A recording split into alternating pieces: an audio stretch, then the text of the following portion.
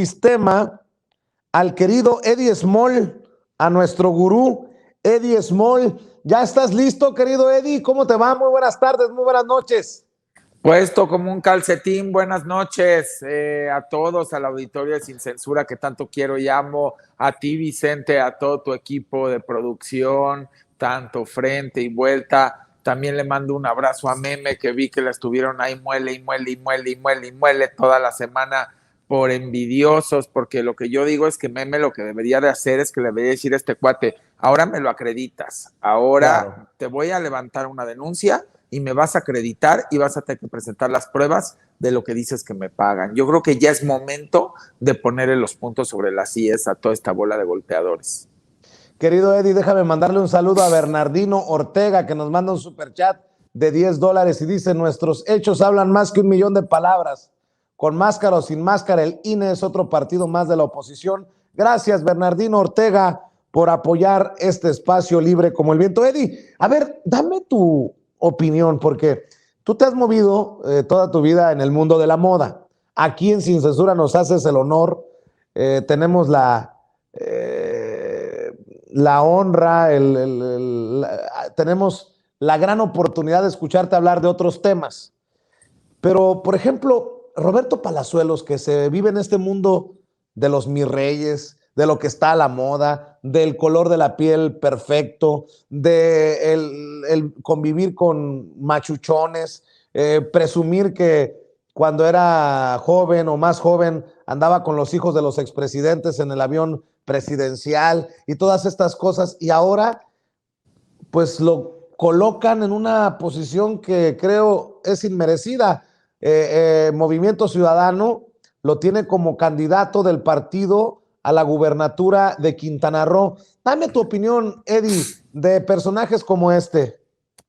Mira, yo te voy a decir con toda honestidad, conozco a Roberto muy bien, es un cuate muy agradable como persona, es un cuate que aunque tiene un personaje como muchos a veces, pues se nos construyen en la televisión porque es parte de el show business, sí es un cuate bastante decente y lo tengo que decir, así como diría, como he dicho siempre abiertamente de todo mundo, este cuate es un cuate decente, es un cuate que verdaderamente su personaje es una cosa lo que se ve en la televisión, pero ya si te sientes a platicar con él, es un hombre serio y decente. No es un hombre fantoche, ni siquiera le gusta así la fiesta, seguramente de adolescente sí, hoy en día para nada, pero sí tengo que decir, es bueno en lo que hace, pero no creo que sea lo correcto que lo estén postulando.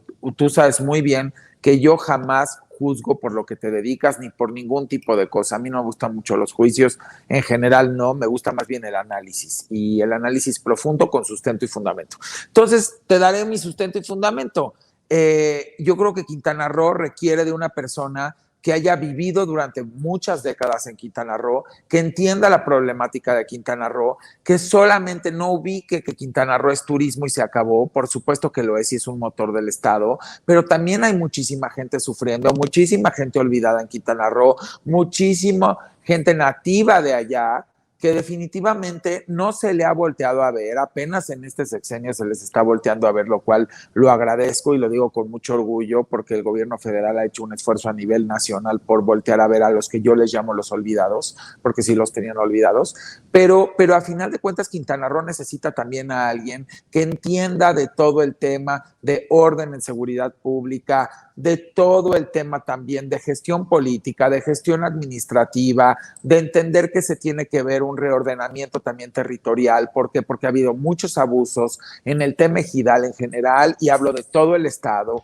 Ha habido abusos en el tema de despojo de tierras de mucha gente que por ignorancia, vuelvo a repetir, gente de las etnias de allá, nativos, que llegaban personas y se aprovechaban de ellos y de alguna u otra forma o por la necesidad les quitaron sus tierras que tienen un gran sentido a nivel valor también de conservación de nuestros recursos naturales, pero también tienen un gran valor a nivel de lo que las personas les pertenecía y que no es justo que otros se vengan a enriquecer con ellos. También creo que necesitamos a alguien que definitivamente entienda todo el tema de poder gestionar no el abuso de ciertas compañías extranjeras que llegan y se adueñan del territorio. O sea, cuando tú analizas cómo está distribuido Quintana Roo a nivel propiedad hotelera, te vas para atrás. O sea, podríamos decir que casi Quintana Roo es una sucursal de España.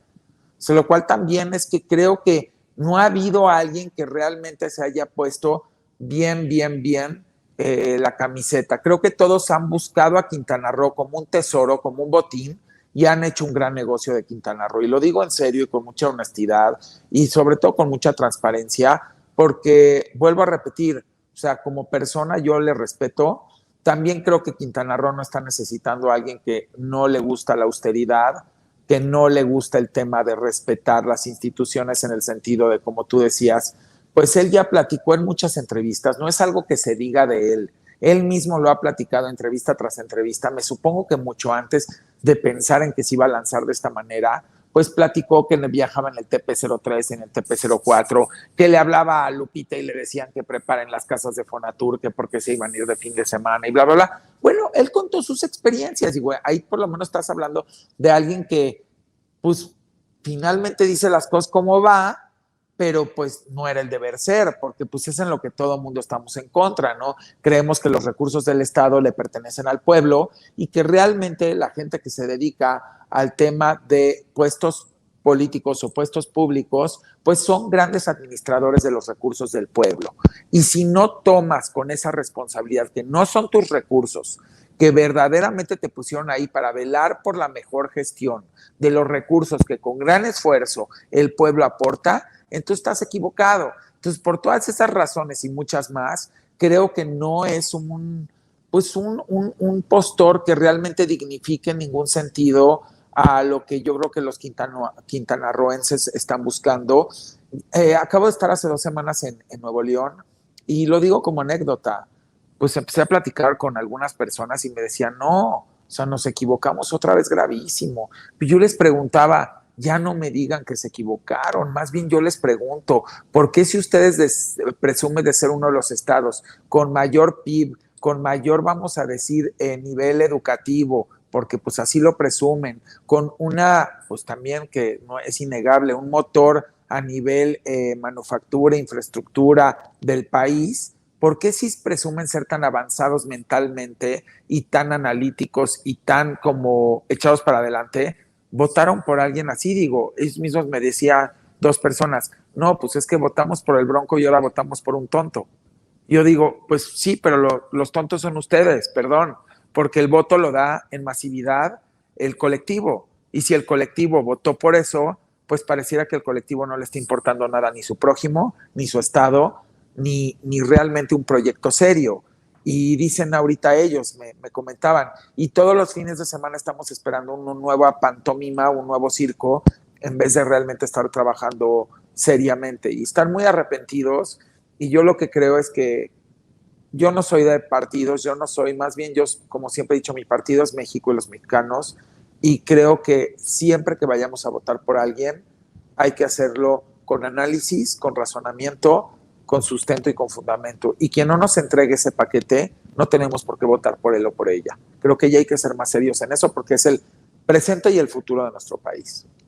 Querido Eddie, déjame proponerte otro tema mientras llegan nuestros amigos y amigas a la mesa de diálogo. Y si no, nos vamos. Digo, total, temas sobran y ganas de hablar sin censura también. Mi querido Eddie, ya ves que se había creado una comisión, creo que de forma ilegal o irregular, en el Senado de la República por el tema de Veracruz, con esta comisión con la que se estaba golpeteando muy duro al gobernador Cuitláhuac García de Morena, quien recibió el respaldo del presidente Andrés Manuel López Obrador. Esta comisión creada para exhibir la disque persecución contra el señor del Río Virgen, secretario técnico de la Junta de Coordinación Política, un amigo de Ricardo Monreal y de Dante Delgado. Bueno, pues ayer Dante Delgado de plano tiró la toalla y dijo que renunciaba a la presidencia de esa comisión del Senado. Bueno, pues hoy Ricardo Monreal también se ha pronunciado sobre esto y me acaban de mandar un comunicado los senadores radicales que le han ganado la partida al poderoso Ricardo Monreal, al presidente de la Junta de Coordinación Política, y al coordinador de los senadores de Morena. Dice el comunicado, y me das tu opinión, Eddie. Ganan los senadores radicales a Ricardo Monreal. En un franco reconocimiento a la ilegalidad con la que se integró una comisión especial para investigar supuestos abusos en el estado de Veracruz, hoy la Junta de Coordinación Política del Senado de la República acordó desaparecerla, hecho que fue considerado como un triunfo claro de los más de 30 senadores de Morena, de los llamados radicales, que se inconformaron y que anunciaron que sería uno de los temas calientes que se abordarían en la reunión plenaria de los senadores de Morena a realizarse el próximo sábado. El pasado 22 de diciembre, Ricardo Monreal, presidente de la Junta de Coordinación Política, sin consultarle a la totalidad de los 61 senadores que conforman el grupo parlamentario de Morena en el Senado, acordó integrar una comisión especial de investigación para determinar la existencia de problemas de abusos de autoridad y violaciones al Estado de Derecho en Veracruz, y no solo el caso de José Manuel del Río Virgen, su secretario técnico, detenido acusado de homicidio. En ese momento, diciembre de 2021, Dante Delgado, coordinador de Movimiento Ciudadano, quedó como presidente de esta comisión, entre comillas, especial, como secretarios Julen Rementería, coordinador del PAN, y el senador morenista Eduardo Ramírez. Participaron también como integrantes la priista Beatriz Paredes, el perredista Miguel Ángel Mancera, Raúl Bolaños del Verde y Sacil de León del PES. El grupo de más de 30 senadores de Morena, de los llamados radicales, combatieron desde un principio esta comisión especial que hoy desaparece por considerarla constituida ilegalmente, pues no fue aprobada por el Pleno de los senadores y fue un detonador para echar velocidad a su desintegración el hecho de que también fue ilegal que la comisión especial la subieran de forma institucional a la página web del Senado, junto al bloque de comisiones que sí fueron aprobadas por la Asamblea. La Junta de Coordinación Política del Senado, encabezada por Ricardo Monreal, aprobó también el día de hoy, aparte de la desaparición de esta comisión especial, que los casos y los documentos que se recabaron en esta comisión pasaran a la Comisión de Derechos Humanos para seguir con el análisis. Dicen los senadores radicales que le han ganado esta batalla a Ricardo Monreal y se pone buena la cosa en el Senado, Eddie. Y que yo no creo que sean senadores radicales, yo más bien creo que son senadores congruentes y que apelan realmente a lo que es la coherencia y el deber ser. Lo que hemos visto los últimos meses ha sido un fuego amigo tremendo y digo fuego amigo, del senador. Yo creo que el senador llegó un momento en que dicen que el poder es muy delicado y que si se te sube a la cabeza te vuelves pero verdaderamente loco y te puede enloquecer. Yo sí creo que él le enloqueció el deseo por ser presidente, sí lo creo, del senador, y se le olvidó que tenía que respetar a una estructura y a un equipo que ha jalado parejo durante tantas décadas junto con él para llegar a este proyecto de transformación donde no se buscan protagonismos, sino se busca trabajo en equipo. Yo creo que se le ha olvidado la palabra cerrar filas y la acción de cerrar filas. Y lo que tenemos todos los que creemos en una transformación del país y en ver avanzado este país como lo estamos viendo en tantas y tantas cosas, con todo y sus piedrotas y rocas que se ponen día a día, porque pues obviamente así ha sido, es que lo que queremos es justo cerrar filas sin protagonismos para seguir de alguna manera con un tema muy importante que se llama la continuidad.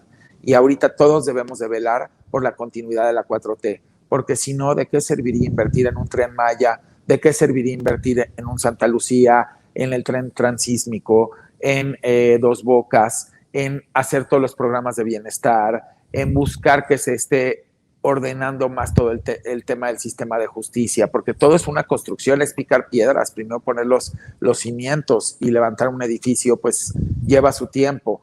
Y de verdad estaríamos desperdiciando todos los que creemos en esto, en que gane el protagonismo por el trabajo en equipo. Entonces, lo que yo invito más que nada a raíz de todo esto es que toda la gente que amamos México y creemos en esta transformación y que la hemos vivido y que sabemos cuál es el proyecto, cerremos filas sin buscar un puesto y sin buscar un hueso, que creo que eso es muy triste, sino más bien a favor del proyecto de transformación, porque aparte a todo mundo le puede tocar. Yo creo, sobre todo me refiero a todo mundo, tantas personas ahorita que a lo mejor hay 4 o 5 postores que les gustaría ser presidentes. Yo les apuesto que si cerraran filas y apoyaran al más fuerte, el siguiente sexenio ese mismo fuerte apoyaría al que sigue y al que sigue y al que sigue. Y podríamos realmente construir un proyecto digno de personas que no buscan el poder, sino que buscan el hacer. Así que yo vuelvo a invitar y también invito al senador a que se eche 3 pasos para atrás. Este camino no es el bueno, por lo menos por Morena no va a ser presidente, se lo aseguro yo, se lo firmo aquí.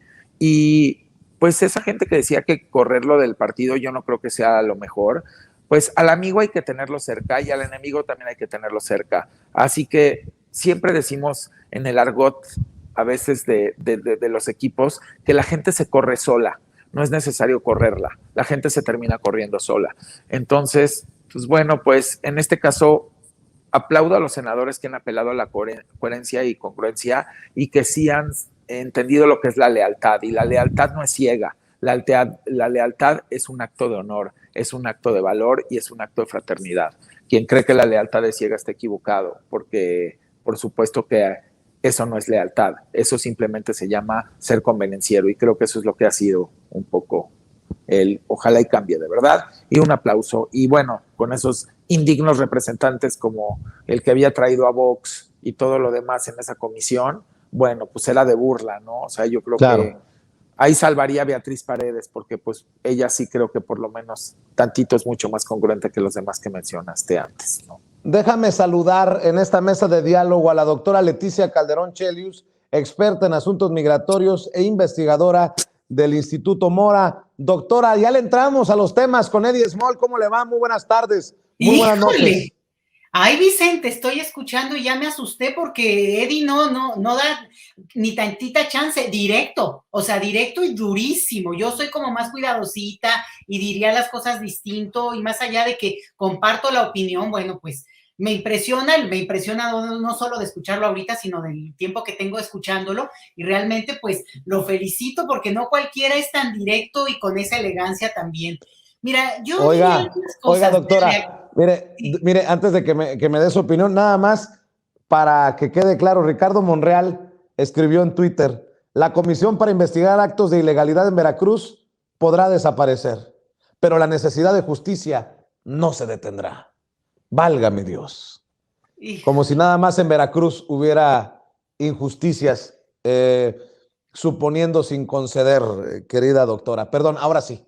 No, pues más que nada yo creo que abonar a este comentario que hace Eddie, porque mira, yo creo, y ahorita con lo que estás leyendo en el tuit, pues obviamente son jugadas entre políticos. Esto es muy interesante, Vicente, que realmente ahora estamos acompañando el quehacer político como nunca antes pasó. Y obviamente tiene que ver con las redes sociales. El hecho de que él mande este mensaje es para que lo leamos todos a sus adversarios y a sus enemigos y a sus amigos, pues obviamente les está diciendo ese mensaje, pero en otro contexto, pues hubiera sido digamos, ya sabes, un teléfono descompuesto, un estarse mandando mensajitos. Y hoy lo que es muy interesante es que como que vamos siguiendo esas pugnas, acuerdos en tiempo real y vamos viendo también a los grupos, vamos viendo a los abajo firmantes, vamos viendo cómo se van delineando el que llama internamente, ¿no? Fuego amigo Eddie, que ciertamente como desde el mismo partido Morena, bueno, se empieza a ubicar distintas posturas legítimas, porque además siempre se ha sostenido que no es un partido tradicional, es un movimiento y por tanto se permiten ese tipo de cosas, pero lo que no se vale es justamente empezar, por ejemplo, a un golpeteo tan abierto que se hizo y de la manera como se hizo a un gobernador electo por el partido, por el partido, pero por quien votó por ese partido, por quien votó por ese candidato, y por tanto golpetearlo a la manera de quitarlo del poder. O sea, no es nada más criticarlo y poder decir, oye, están pasando cosas que no valdría la pena en ese estado, tendría que rectificar esto o lo otro, sino abiertamente llamar a una comisión para quitarlo. Oye, Vicente, ¿qué les pasa? Pues si no estamos en la época de Salinas de Gortari, para que anden queriendo quitar a los gobernadores, ¿no? Incluso a los que podrías tú decir, ¿cómo es posible que un cabeza de vaca no pudieron quitarlo? Oye, de verdad fue increíble, ¿no? Se agarró, pero hasta con las uñas. Entonces, sí creo que es muy interesante verlo en ese sentido también, en de cómo podemos ir reubicando, y al final alcancé a escuchar lo que decía Eddie y menciona a Beatriz Paredes, interesante, ¿eh? Porque también estamos hablando de políticos que no tienen 10 ni 20 años en la política, tienen 40 años en la política, y en ese sentido, cómo van sobreviviendo, acomodándose, y algunas de sus trayectorias los salvan y otras los condenan, porque también aquí empezamos a ver cómo, y traigo a colación el caso de Muñoz Ledo, ¿no? Que bueno, está también en el escenario ahora, no es tan hábil ni tan metido en las cuestiones de Twitter, pero al final de cuentas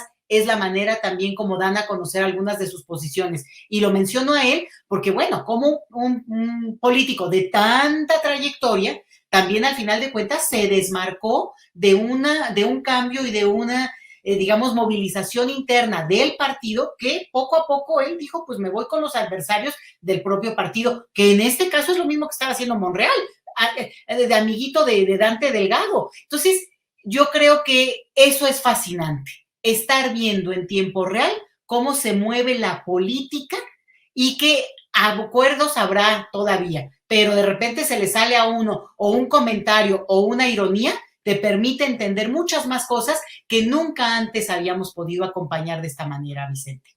Así es, le agradezco a Ana María Mora por los $20 de Superchat. Dice, saludos Vicente y gracias por informarnos sin censura y con honestidad desde Long Beach, California. Saludos. Cómo extraño esa zona. Se me antojó ir allá a San Pedro por unos marisquitos en esa área de Long Beach, San Pedro, el área de Los Ángeles, California. Oigan, Eddie, doctora, parece, me está informando don Quique Legorreta, que en el INE le aplicaron aquella de Burren Aguilar ¿entendieron bien? Burren Aguilar a Vicente Fox, lo que el presidente quiso decir. Acaban de hacer acaban de lanzar un comunicado del INE para que no vayan a confundirse, porque no vaya a decir alguien que el consejero presidente del INE dijo algo que no dijo, porque lo que verdaderamente dijo es, fíjense nada más, me llama mucho la atención, ahora que el consejero presidente del INE, Lorenzo Córdoba, estuvo en la plenaria de los diputados del PAN, dice, sobre las declaraciones del consejero presidente en la reunión plenaria del grupo parlamentario del PAN en la Cámara de Diputados. Dice, en relación con diversas notas publicadas que afirman que durante su participación en la reunión plenaria del PAN, el consejero presidente del Instituto Nacional Electoral, Lorenzo Córdoba, denunció que en México la democracia se está debilitando principalmente por la falta de resultados de este gobierno, así como por el ataque sistemático a las instituciones. Cabe hacer las siguientes precisiones. 1. Durante su intervención, el consejero presidente no dijo en ningún momento que la crisis de la democracia se debe a la falta de resultados de este o de algún gobierno en particular, sino a las promesas incumplidas de la democracia. Ello al reflexionar sobre los retos que enfrentan las democracias en la actualidad, no solo en México, sino en el mundo. El miedo no anda en burro. 2. A continuación, la cita textual. El primer problema es un problema estructural, es un problema que deriva, digámoslo así, de las promesas incumplidas de la democracia, o si se quiere, de los problemas estructurales que están aquejando a nuestras sociedades y que los gobiernos democráticamente electos no han logrado resolver. Es decir, es un problema no de la democracia, es un problema de políticas públicas adecuadas, pero se trata de problemas que invariablemente están generando o están alimentando ese desasosiego, esa desafección, el descontento social del que están nutriéndose muchas expresiones autoritarias en México y en el mundo. El consejero presidente, como lo ha hecho en otras ocasiones, habló de los retos de la democracia en México y otros países, así como de una posible reforma electoral, como se informó en el siguiente boletín. Solo por si estaban con el pendiente, Eddie, doctora, en el INE sí están muy cautelosos de cualquier cosa que diga el consejero presidente, y es que se fue a meter a la cueva de los lobos, a la cueva del PAN, Eddie Small. Pues yo lo que les diría es lo siguiente, perdón, pero estaba yo ahí tosiendo. Lo que comento es algo que no han descubierto y me llama mucho la atención que los medios no se dieron cuenta y no cuestionaron a Lorenzo, pero yo les voy a dejar una tarea y también al público. No sé si se dieron cuenta cuando hace 2 semanas Loret entrevistó a Lorenzo Córdoba, pero nadie detectó lo que dijo este señor. Y eso es lo que deberíamos de estarlo cuestionando todo el pueblo. A ver, ¿cuál es la responsabilidad de un presidente del INE? Alguien, ¿me lo puedes tú decir para ti y la doctora, qué les gustaría que fueran sus responsabilidades básicas y cómo debería de él transmitir? ¿Qué es lo más importante que tiene que impulsar este señor? La organización de los procesos electorales. El voto. Neutralidad democrática, digo, que sea el árbitro de las elecciones y que organicen las elecciones correctamente. Y no su primera responsabilidad, para eso le pagamos todo el pueblo, para que él sea un gran fomentador del voto, ¿sí o no? Sí, claro. Bueno, pues váyanse casi al final de la entrevista de Loret, los reto a todos, es más, esto vale la pena que hasta lo retomen y sea una mesa de discusión, porque ¿qué creen que dijo este señor? Loret de Mola le pregunta, oiga, porque él decía, yo estoy a favor de la revocación y de que se haga y voy a poner todo de mi parte y ya saben, él defendiendo con su doble discurso. Y le pregunta, oiga, ¿y usted va a ir a votar el día de la revocación de mandato? No lo sé, contesta. El presidente del INE, a todo el pueblo en cámara diciéndole, no lo sé, no sé si lo vaya a hacer. Y le vuelve a preguntar Loret, vuélvame a contestar, ¿va a ir o no va a ir? No, no lo sé y todavía no lo decido. Véanlo, por favor. Esa persona no debería estar en ese puesto. Esa persona que en vivo en cámara, en una entrevista, le dice al pueblo que él no sabe si va a ir a votar o no, ¿qué está tratando de decirle al pueblo? Que no vaya, ¿no? Que quién sabe si deben de ir o no van. ¿Eso está bien en un presidente del INE? Yo pregunto. No. Entonces, ¿cómo puede si quiere ir a la plenaria? ¿Cómo puede estar diciendo que lo que quiso decir el presidente del INE no es lo que quiso decir? Casi esta carta que nos acabas de leer, a mí me gustaría que dijera atentamente Cantinflas. Porque es un cantinfleo esto. O sea, es ridículo. O sea, es ridículo, perdón, pero pues parece que lo escribió en una de sus películas Cantinflas. No tengo nada que decir, no me inspira. A mí el presidente del INE, al cual le paga el pueblo por fomentar el voto, por cuidar la democracia, por impulsar la democracia participativa, y le preguntan en una entrevista a nivel nacional e internacional, ¿usted va a ir a votar? Y contesta 2 veces que no sabe, más bien yo le digo al pueblo de México, contéstense solos si esta es la persona que debería estar dirigiendo el INE. Pues la respuesta de tu servidor es no, porque no creo que le abone a la imparcialidad que se presente en la plenaria de los golpeadores del PAN, doctora. No, pero fíjate que es muy interesante porque aquí está el punto fundamental, que los otros que han sido presidentes del INE, no todos, pero Luis Carlos Ugalde y Woldenberg han dicho lo mismo. Incluso Luis Carlos Ugalde hizo una campaña, por lo menos en redes sociales, para llamar a no votar en las anteriores consultas. Entonces, más allá, tú podrías decir, pues a mí no me parece y voten con no, pero llamar a no votar ya como estrategia realmente es contrario al espíritu que se supone tendría que tener quien ha sido el encargado y ahora en funciones, en este caso Lorenzo Córdoba, de llevar a cabo la mayor convocatoria a la participación. ¿Cuál es el principio teórico, si ustedes quieren? ¿Cuál es la esencia de la democracia liberal electoral? Porque además está basada en el proceso electoral. Pues la participación de la gente. Se dice que el voto es el arma del pueblo. Entonces, todo el sistema de la democracia liberal está basada en convocar a que la gente participe y se supone que un voto es una persona, no un ciudadano es un voto y por tanto se hace caso a esa mayoría que al final de cuentas refleja justamente lo que es la mayor parte de una población quiere que transite en términos del proyecto político en un país. Eso es lo que teóricamente es la base.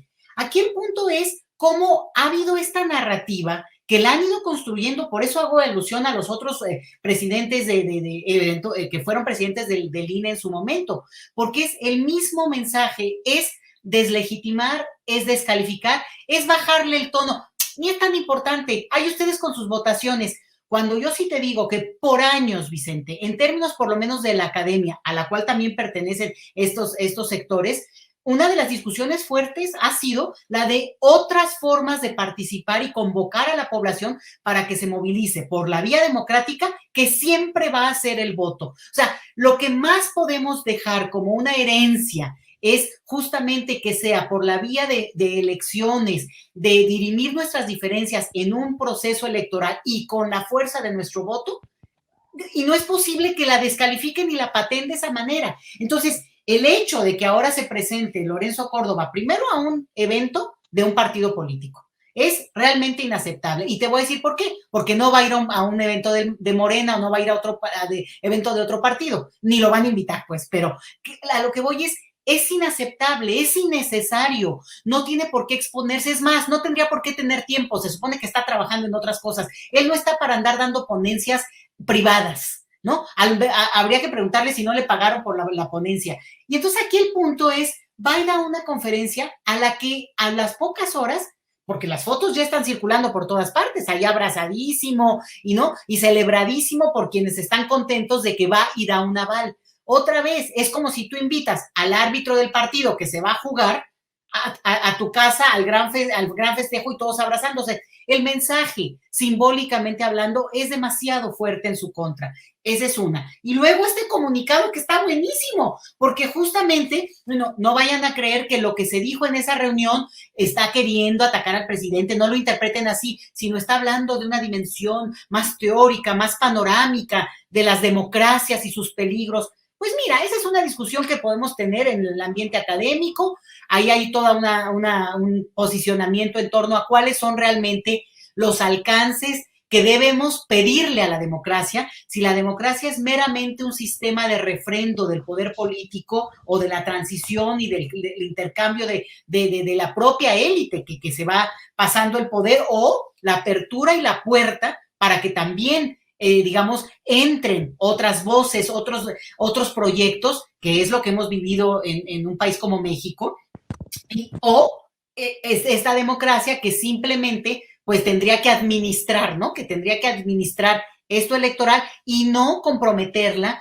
no pedirle pues todo lo que se le pide a un proyecto que, sí, salud, seguridad, bienestar, hasta felicidad, ¿no? Entonces muchos dicen en términos teóricos, es que lo confunden, le piden a la democracia lo que la democracia no es. Entonces, eso es un debate interesante, pero es teórico y no le toca al señor presidente del INE ir a dar una conferencia para que se malinterprete, porque como es un actor político, obviamente tiene un sentido político lo que él pueda decir. Me parece bien imprudente que haga, no entiendo por qué lo hacen, de verdad. O sea, ¿por qué insisten en este posicionamiento político permanente, a menos que ya abiertamente, pues sí están buscando lo que muchos insinúan que pueda ser eventualmente una candidatura, ¿no? Porque si no, ¿para qué tiene que exponerse, sino un poco mantener esta posición? Es más, mantener su puesto, ¿no? Mantener la chamba. Entonces, sí creo que tendría que ser mucho más prudente, no solo Lorenzo, sino ahora, como lo vemos, pues su propio equipo de comunicación, que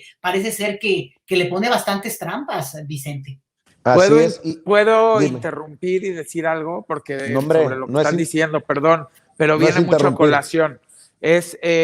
¿No les parece, a mí me encanta la antropología social, ¿no les parece que el tema del comportamiento de Monreal y de Lorenzo Córdoba es muy similar en el tema del protagonismo? Miren, los dos van con Loret, los dos van con Alarraqui, los dos van con Broso, los dos están en gira de medios constantes, los dos están solamente en todo el tema de quise decir algo, quiero golpear, pero al mismo tiempo te quiero, porque dense cuenta que también el discurso es: te golpeo, pero luego digo que estoy contigo. Te golpeo, pero te digo que te respeto. Te golpeo, pero luego digo que eso no quise decir. Imito tu manera de tu diálogo. O sea, voy con todos estos periodistas. O sea, yo creo que no nos estamos dando cuenta que hay un afán de protagonismo muy grueso en estos personajes que les gusta tener los reflectores y que realmente lo que buscan es, por medio del golpeteo y de este tipo de gestiones, porque a veces hasta pagan por salir en estos medios, no crean que no hay un presupuesto, y de ahí los famosos fideicomisos, y creo que deberíamos de analizar todo este tipo de también de comportamientos desde un punto de vista de antropología social y comportamiento, Definitivamente. Y ya que estamos contigo, Eddie, déjame déjame hablar de este tema que creo que no le va a gustar a los panistas, a los priistas, a los perredistas, no le va a gustar a Claudio X González, no le va a gustar, es más, ni a Vargas Llosa, con eso les digo todo. La CEPAL dice que hay más pobres en América Latina, tristemente, pero México es de los países menos afectados. La CEPAL explicó que la situación de pobreza en la región también está ligada a una inequidad en la distribución de la riqueza, lo cual se agravó con el coronavirus. Si bien reconoció que los gobiernos de al menos 7 países evitaron que incrementara el número de pobres gracias a una mayor designación de gasto social, señala que los esfuerzos aún no son suficientes y que una de las principales soluciones converge en en cobrarle más impuestos, pues, a las riquezas de los multimillonarios de la región. México creció solo un 2% sus índices de pobreza y pobreza extrema en el primer año de la pandemia, con lo que fue uno de los 4 países de América Latina menos afectados por los cambios sociales y económicos que perpetró el COVID-19, reveló un estudio de la Comisión Económica para América Latina y el Caribe, la CEPAL. En su informe anual, Panorama Social de América Latina, la comisión estimó que entre 2020 y 2021 las personas en situación de pobreza extrema se incrementaron en cerca de 5 millones, con lo que la medición de la precariedad extrema se habría elevado hasta 86 millones de latinoamericanos en el segundo año de la pandemia. En México, Bolivia y República Dominicana solo se elevaron a menos del 2% los indicadores de pobreza y pobreza extrema. El único país de la región que logró un retroceso en dicho ámbito fue Brasil, el cual redujo sus niveles en 2020 hasta en 1.8% y 0.7% respectivamente. Los mayores incrementos de la pobreza tuvieron lugar en Argentina, Colombia y Perú, donde excedieron los 7 puntos porcentuales. Por ahí también Chile, Costa Rica, Ecuador y Paraguay. Pero les digo, esos que dicen que López Obrador es un inepto, que no sabe lo que está haciendo, una oposición que dice que López Obrador nos está llevando camino a Venezuela, a Cuba y no sé qué otras tonterías, pues la CEPAL dice que tiene otros datos. Nótese mi sarcasmo, querido Eddie Small. Pues no sé si recuerdan que yo tengo meses diciendo aquí también en el foro de Sin Censura que al presidente le podrían dar un premio verdaderamente el Fondo Monetario Internacional por la gestión macroeconómica en la pandemia, y lo he repetido muchísimo porque he hecho el análisis y yo les pongo este ejemplo. A ver, vamos realmente a aprender a analizar. Colombia aumenta sus índices de pobreza en la pandemia y Colombia aumentó su deuda externa tremendamente. Quiero que vean lo que se endeudó Colombia y de todos modos aumentó su pobreza. Y México no aumenta la deuda y realmente es de los que menos tuvo un impacto en sus niveles de pobreza en la pandemia. Entonces, al contrario, vuelvo a repetir, es un gran administrador de los recursos públicos Andrés Manuel López Obrador. Lo reconozco, lo digo y lo sustento con números. Su gestión macroeconómica en el país ha sido verdaderamente, en inglés dirían outstanding, o sea, sería relevante y sería sobresaliente. La recaudación, somos prácticamente el único país que no se le cayó la recaudación por todas las gestiones que estuvieron haciendo tanto el licenciado Andrés Manuel López Obrador como todo su equipo, porque hay que reconocer también a Raquel Buenrostro, al secretario de Hacienda, a toda la gente que está en egresos, en ingresos, a todos los que participan en esto. Tenemos el mayor nivel de reservas, y estamos hablando después de una pandemia en el Banco de México. El nivel en el que se ha mantenido la fortaleza del peso es también outstanding y sobresaliente. Yo creo que hay que hacer verdaderamente un análisis bien profundo de lo bien gestionado que está esto. Y no lo digo con palabras. El día que quieran nos sentamos en el foro que quieran, con los financieros que quieran y abrimos números. Y los comparamos con los números del mundo y se van a ir para atrás. México gestionó increíblemente bien todo el tema macroeconómico en la pandemia y en la post-pandemia también lo está haciendo. Y sobre el tema que mencionas, Vicente, de que se tiene que incrementar el nivel de contribución de las grandes riquezas y las grandes empresas en el mundo, no solamente es una iniciativa de un país, es de México, es de Biden y es de la mayoría de los países. Y quiero comentarles algo y adelantárselos. En el siguiente foro económico de Davos se va a tocar el tema ya muy fuertemente, pero mucho más fuertemente, y ya hay un impulso muy grande por las naciones porque esto se le tome con seriedad, y próximamente van a venir nuevas medidas en los futuros años donde se van a poner de acuerdo los países y esto va a suceder. ¿Y cómo? ¿Por qué digo que es inminente y urgente y ellos lo están viendo así? Hago una pregunta. ¿Quiénes fueron los únicos que crecieron su riqueza durante la pandemia? Contéstenme. Ustedes y el público. ¿Quiénes? ¿Los multimillonarios Sí, en el sí, mundo? los ¿Los más ricos millonarios? del mundo son más ricos. A ver, ¿cómo se explican que no va a haber una desigualdad, una inequidad en el mundo si los que ya tenían un friego, o sea, billones, lograron hacer más billones, mientras que los que no tenían ni un pan para comer, cada día tienen menos? O los de la clase, de alguna manera también media, que perdieron todo su poder adquisitivo, porque esos de los billones, quiero decirlo, se dedicaron durante la pandemia a reducirle los sueldos a toda la gente. ¿Por qué si tienes billones y ya eres muy, muy rico, le reduces el sueldo a tus colaboradores? ¿Por qué no? Si te dedicas a decir que eres filántropo o filántropa, empieza por casa, si no eres finalmente oscuridad de tu casa y candil de la calle. ¿Por qué? Yo les pregunto, esas grandes riquezas presumen filantropía, pero luego que vino una pandemia, le fregaron el sueldo a los empleados y a los que menos tenían, ¿eh? Y está demostrado, y esto fue mundial. ¿Y por qué corrieron a tanta gente? ¿Qué no se supone, y no es filantropía, que lo primero es que tendría que haber apoyado eso? A mí que no me vengan. Claro que tiene razón el mundo, claro que tienen razón los grandes mandatarios. Se tiene que corregir esto y sí tiene que haber una mayor contribución hacia las grandes riquezas y hacia las grandes empresas, y tiene que haber una legislación mucho más fuerte a nivel mundial en el tema de que cuando nos vuelva a pasar esto, porque no lo sabemos, no pueden agarrar las grandes fortunas y tronarse a la gente de que vive al día. No pueden, porque entonces ¿para qué andan diciendo eso de filantropía? Todo eso es falso. Filantropía, sí, a ver, un filántropo que le quita dinero a sus propios empleados, los que le hacen que se vuelva millonario, ¿les suena congruente a ustedes? Pues no.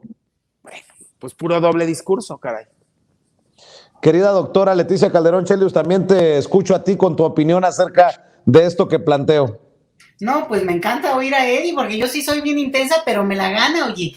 Fíjate que este es un tema muy importante, porque primero que nada, yo creo que se empieza a ver en términos ya más generales, ¿no? No solamente del país que somos, sino también en términos de un contraste con otras economías y con otras situaciones. Y esto de que México la libre de manera decorosa, porque nadie sale bien librado de una pandemia, ¿eh? Estamos viendo a reserva de esta desigualdad lamentable y que es inaceptable a como la hemos visto, lo que es cierto es que nadie va a salir bien librado de esta pandemia porque estamos viendo los índices de pobreza incluso en los países más ricos. Pero yo quiero agregar algunos elementos a lo que dice Eddie. Fíjate que lo que ha habido en los países, sobre todo desarrollados, Canadá, Estados Unidos, en Europa, es por la misma situación de la pandemia, un cambio muy importante, muy acelerado de lo que se pensaba que iba a ocurrir en más tiempo, que tiene que ver con cómo repensar el trabajo y la relación laboral. Y una de las cuestiones, esto que es lo virtual, ha tenido un impacto muy fuerte en la gente más grande, en una digamos, gente que se jubiló de manera anticipada al tiempo que le tocaba, un par de años, pero ya con eso empieza a bajar el número de gente empleada. Después, por el contexto de la pandemia, gente que al trabajar a distancia también se dio cuenta que no era prescindible, que no estaba apoyado por su empleador, que le podían, como dice Eddie, rebajar sin ningún problema el salario de un día para el otro o decirle, nos vemos en 6 meses y ahí a ver cómo te rascas las uñas, ¿no? Entonces, todo eso que empezó a causar esta situación de no compromiso, de no tener también, digamos, un vínculo que se pensaba que tenía una cierta lealtad, pues lo que hizo es que cambió en millones de personas, y lo repito, millones de personas en el mundo que o han renunciado para emplearse en otras maneras, pero han renunciado a los trabajos que tenían y por tanto hay una necesidad de mano de obra en muchos de estos países porque ahora lo que no tienen es empleados y menos el tipo de relación a veces hostil, a veces autoritaria que se genera en los empleos, ¿no? Por ejemplo, todos estos empleos de servicios, de repente que unos horarios espantosos o no, ningún respeto a los días que te tocaba el descanso porque pues ni modo, y eso hay que aceptarlo porque así es. Entonces, esto puede constituir cambios muy importantes en términos de los derechos laborales. Mira la paradoja, aún con las consecuencias tan dramáticas en términos de la pobreza, de la que hay que hacernos cargo, y desafortunadamente, aún cuando sea bien evaluado México, lo cual me da mucho gusto, evaluado bien en un contexto tremendo, pero el problema es que si el vecino es pobre o el vecino de más allá salió mal librado, y pensé en Colombia cuando hablabas de los países más afectados, sí, porque Colombia no solamente les impusieron un plan tremendo en términos económicos, sino además los reprimieron mortalmente. Acuérdense que se hablaba de esto y de repente es tan coyuntural la nota que ya se nos olvida, pero los jóvenes saliendo a las calles, sobre todo en Medellín, y saliendo a las calles y masacrándolos brutalmente. Entonces, ¿qué tenemos? Que esas economías que no hayan gestionado un poco mejor su situación pandémica, pues van a tener una alta migración, Vicente. Y México es el camino rumbo al norte. Entonces, es importante verlo así, porque también nos hace comprender más este proceso, pero al mismo tiempo tener más solidaridad y empatía, porque no es una cosa solo de que, ay, pues si a mí me va menos mal, pues me tiene sin cuidado lo que le pase al de junto. No, somos seres humanos y las consecuencias nos van a llegar por uno u otro lado. Entonces, este informe es importante porque sí habla de otro punto que no quiero dejar de mencionar. Se criticó mucho al inicio de la pandemia el hecho de que este gobierno decidió no dar transferencias directas a los grandes empresarios o incluso a los empresarios medianos, porque tenía otra estructura y había decidido el gobierno de México, en voz del presidente, que no lo iban a hacer así, que ya se había hecho así a otras veces, pidiendo obviamente un préstamo al Fondo Monetario, que luego se vuelve también una soga de ahorcado, ¿no? Y justo leyendo este libro, que yo les recomiendo mucho, a mí me ha servido mucho, el de Hernán Gómez y Blanca Heredia, que coordinan ellos. Hay un artículo muy interesante que habla de cómo ya había empezado un proyecto de dar recursos, avanzar en estos proyectos que van dirigidos a las personas y al no tener intermediarios, esto había generado ya una estructura que, bueno, a la hora de la pandemia permitió que fluyera un tipo de liquidez que ayudó de alguna manera, y también no hay que exagerarlo, pero de alguna manera a paliar un poco el impacto tan fuerte que otros sí están teniendo, Vicente. Entonces, pues me da mucho gusto y al mismo tiempo lo pongo en perspectiva y lo dejo dicho. No porque nos vaya un poquito menos mal, que bueno, no quiere decir que habrá consecuencias como humanidad que somos. Así es. Doctora, ¿en dónde la pueden buscar a usted? ¿En dónde escribe? De hecho, mañana sale su columna en Sin embargo MX, ¿no? ¿En dónde más la buscan? Pues en mi cuenta de Twitter, @LetiChelius, y mañana sale mi columna y está picosita, Vicente, está picosita. ¿De qué se trata? ¿De qué se trata? No, mejor se las ya ve dejo cómo es. El tema por lo menos. Los impresentables. Ándale. En Sin embargo MX, no se pierda. MX.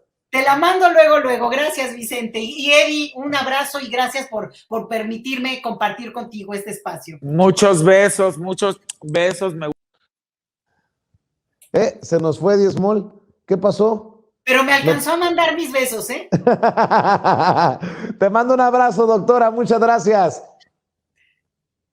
Cuídate mucho. Hasta luego, Vicente. Gracias. Gracias. ¿Qué pasó con Eddie Small, compañeros? Me quedé a medio camino ahí con Eddie Small. Vamos a ver si regresa, a ver si se conecta nuevamente Eddie Small para cerrar como amerita un segmento. Aquí estoy. Aquí estoy.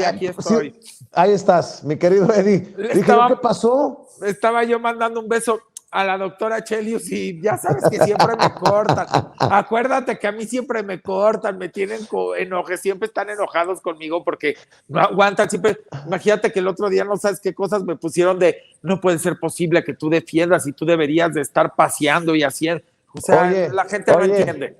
Oye, y también la gente tiene que apreciar la honestidad, ¿no? Tú dabas una opinión en dos sentidos, como has conocido a Roberto Palazuelos y que dices que no crees que es el idóneo para ser gobernador de Quintana Roo. Y a ti, aquí estaba viendo en el chat, ya le llegaron al precio, ¿cuánto le pagó Palazuelos a Eddie Small? ¿Qué parte no han entendido de lo que está diciendo? Pero bueno, mi querido Eddie. Lo que no han entendido es que una persona que es honesta sabe reconocer las cualidades que puede tener alguien como persona y las no cualidades que puede tener para tener un puesto de gestión pública que es tan importante. Y eso se llama ser objetivo. No se trata en esta vida de denostar a las personas o de simplemente dar una opinión porque algo no te parece. Definitivamente no me parece que él deba de ser el candidato. No me gustaría que llegara a ser gobernador, lo digo, pero definitivamente sí defiendo que es un tipo decente. Punto. Se acabó. Porque lo conozco.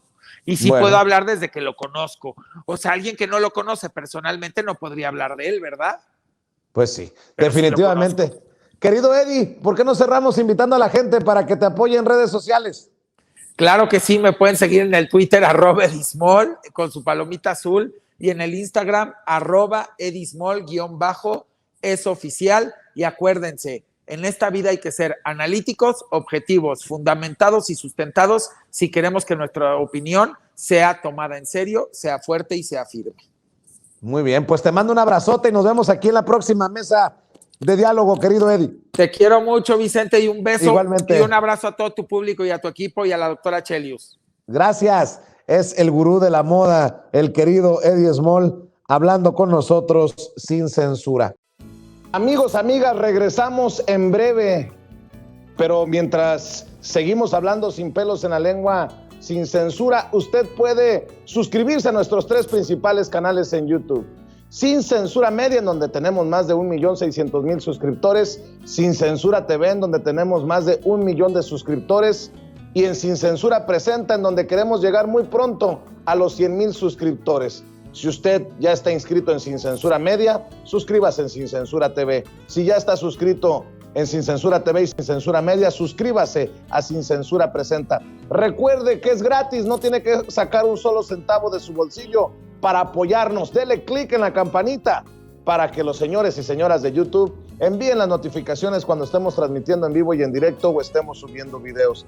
También nos puede seguir en Twitter en @_Vicente Serrano y hasta en Instagram.